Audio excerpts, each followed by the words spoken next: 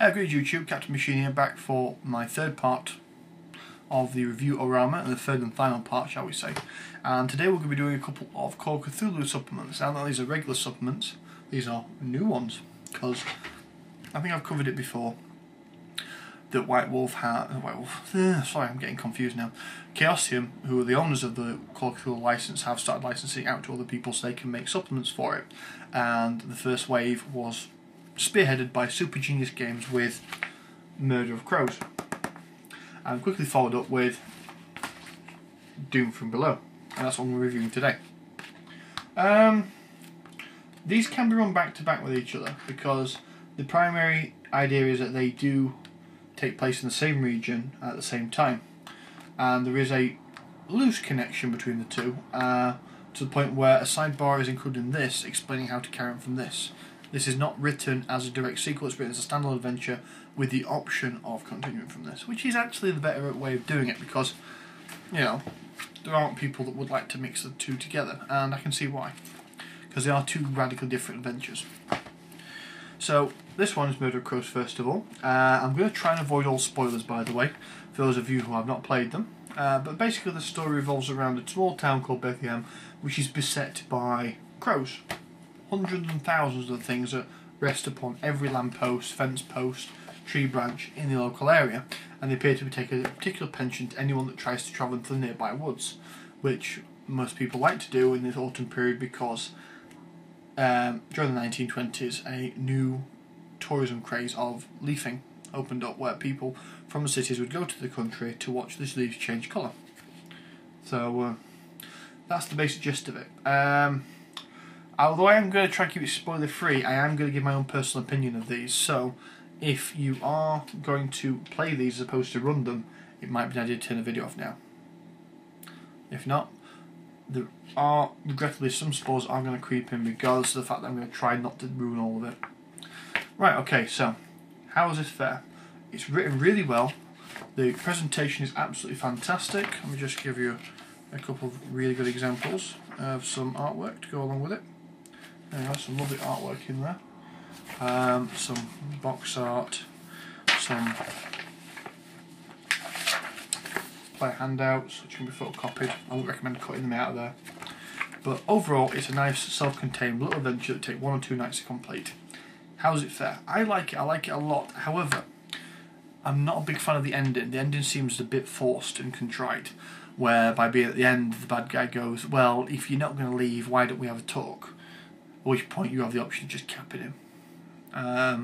Because he's not a big, super hard mythos beastie that can't be killed by guns. It's a normal human being with access to a bit of magic, and that doesn't make him very hard to kill. So rather aggressive or militant player characters would have no trouble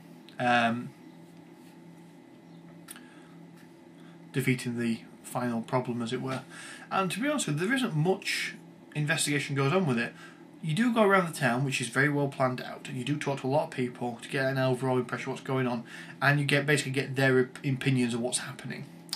And obviously the players are given the challenge, as it were, to figure out of all the information, the rumours have been given, what is the correct story. However, the actual story which is correct is reinforced, because apparently every time you encounter a clue which leads you further into the right direction, the crows become more aggressive or something else happens that's different.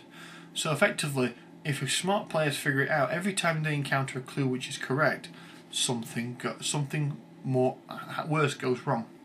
So you could bumble minefield-like through this and still complete it. Is that a bad thing? Not really. There are some people out there that aren't into the whole investigation side of things. Why you're playing Call of Cthulhu, I don't know, because primarily it's a game about investigation. But there are people out there that would prefer that kind of thing to, say, I don't know, a typical haunted house scenario. So overall, out of 5, yeah. Actually, no, I'm not going to give scores. I told you I wanted to give scores, but overall, it's well worth the money. It's a good 1 or 2 night session, and your players should enjoy it.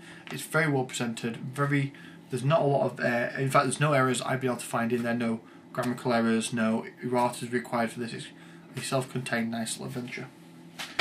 The sequel, if we want to call it that, Doom from Below, is basically the story of an excavation down into a ridiculously deep circular shaft, which is unnaturally smooth on all sides. Not smooth enough that you can't climb down it, because that is basically the key part of why you go down there. And you find all kinds of strange and wonderful things down there. And this is my favourite of the two, because it does have the air of the mysterious about it. In fact, it's entirely possible for your players to go down here, have a look, find a couple of rather interesting things which doesn't really present any answers, and then leave again, which is what happened to my group. Be none the wiser. In fact, they managed to find the final encounter, as it were, not even realising there was actually a monster in the room with them, and after a series of misfortunate events, decided that discretion was a better part of valor and left.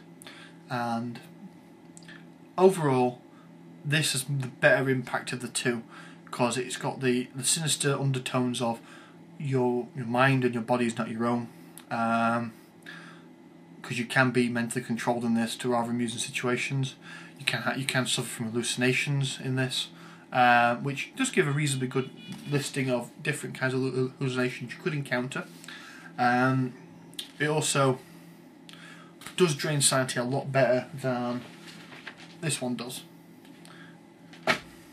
Overall, I like this one more, and I believe this is actually open to era exploration more. I would say this one is 1920s, both 1920s in fact, but this one would work well in Gaslight. I don't think a one-day version of this would be that entertaining, shall we say. I know a good GM could make it work, but I think it needs to stay in that era, as it were. This, however, can work in any era, be it from Dark Ages all the way up to modern era, if to near future era. And it works. It works rather well.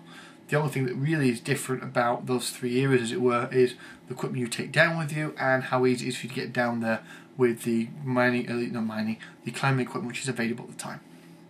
But this is my favourite of the two. Again, these are both quite cheap. Look at about £6-7 for both, for each one. So, and they are available. They are in stock, because I do try to review things which are in stock and available to buy. If you're only going to get one, get this one. If you want to get both, I did run them back to back as matching scenarios. It worked out quite well, so it can be done quite easily. You do just need to set up this. Well, first of all, if you're going to link them both together, buy both at the same time, because you do have to make subtle changes to this to allow this to exist, because it does give you advice on this, how to start this one. I'm getting confused now. So basically you need both if you're going to run both at the same time. You can't buy this one, run this, and then run this one. Buy this one, then run this one. There is alterations you have to make to both to make it work. That means you need both on hand. Okay guys, thank you for your time. Bye bye.